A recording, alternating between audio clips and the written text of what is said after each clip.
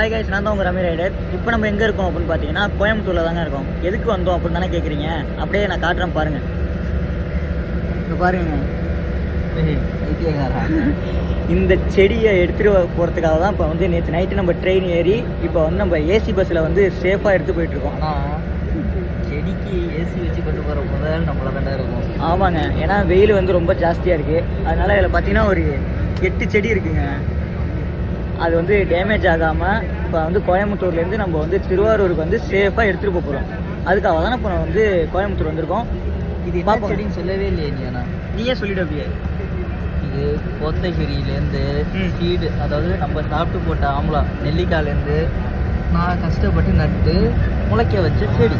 ஆமாங்க, நிறைய பேர் வந்து முளைக்காது அப்படி சொன்னாங்க. ஆனால் முளைச்சிருக்கு.